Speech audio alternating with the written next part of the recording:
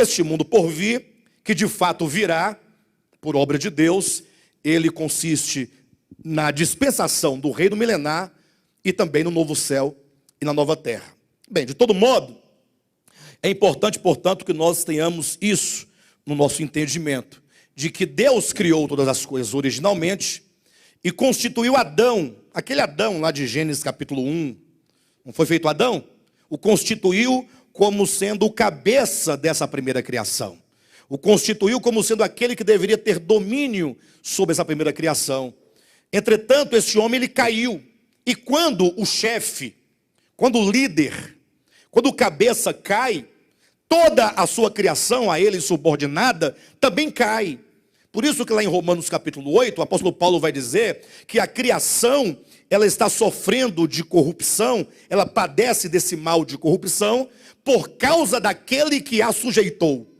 Ou seja, esse que a sujeitou foi o próprio homem criado, originalmente, que tendo sido ele criado para dominar, quando ele cai em pecado, essa criação também cai juntamente com ele, e agora essa criação, por causa do pecado do homem, está sujeita à vaidade, está sujeita à corrupção, de sorte que a morte entrou não somente no homem que pecou, mas essa morte também entrou na criação que estava sujeita ao homem.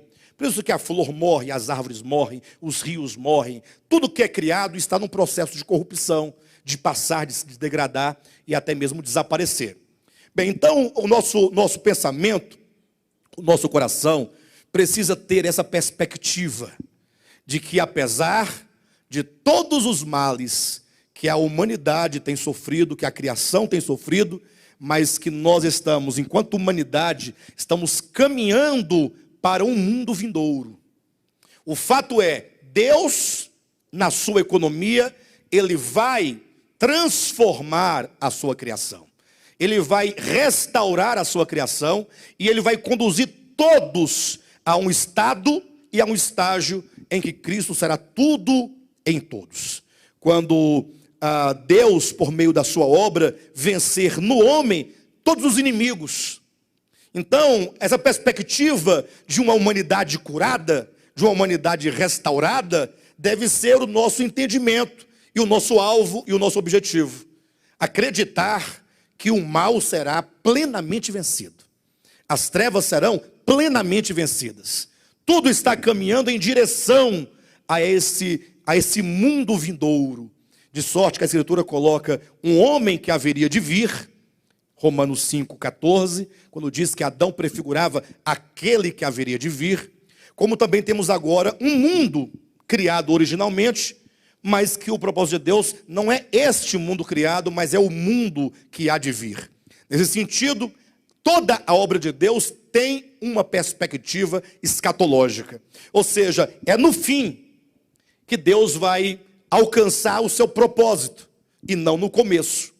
Quando nós lemos Gênesis capítulo 1 e capítulo 2, quando conclui ali dizendo tudo o que Deus fez era muito bom, nós temos uma certa utopia de que Deus estivesse ali instaurando um mundo com vistas a cumprir ali a sua vontade eterna. E de repente veio lá a serpente, veio o diabo e estragou todo o plano de Deus. Negativo. Tudo já estava previsto de que a vontade de Deus se cumpriria por meio de um homem que haveria de vir, que é Cristo, é um novo homem, e também numa perspectiva de ter um novo mundo, um mundo vindouro, um mundo que há de vir, um novo céu e uma nova terra, em que Deus então vai instaurar efetivamente o seu reino e o seu governo, não somente sobre os homens, mas sobretudo dentro dos homens. Então, nesse sentido, o que nós precisamos fazer? Começar a dirigir nossas vidas nesta direção, sabendo que nós estamos dentro de um processo. Não que Deus não pudesse fazer inicialmente o que Ele fará finalmente. Ele tem todo o poder para isso. Entretanto, se Ele assim o fizesse, isso é um princípio divino, Ele faria seres sem nenhuma consciência de si mesmo, porque todos estariam numa condição de servi-lo e adorá-lo, simplesmente porque Deus o criou dessa maneira. Seria mais ou menos um sistema mecânico.